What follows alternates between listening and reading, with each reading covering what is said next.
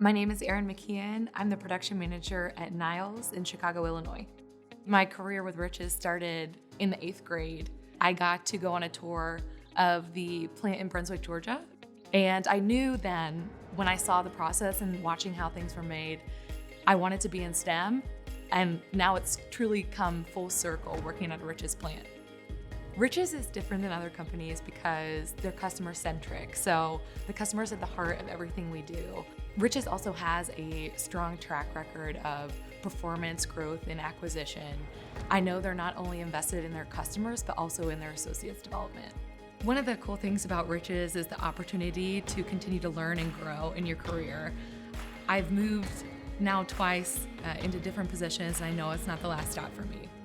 I get to work alongside a diverse group of people, different backgrounds, different mindsets.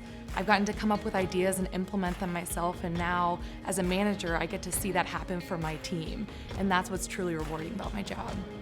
They're investing in total productive manufacturing, analytics, robotics. It's such an exciting thing to be a part of. With total productive manufacturing, we're focusing on servant leadership, so instead of saying, 300 people work for me, now it's I work for 300 people.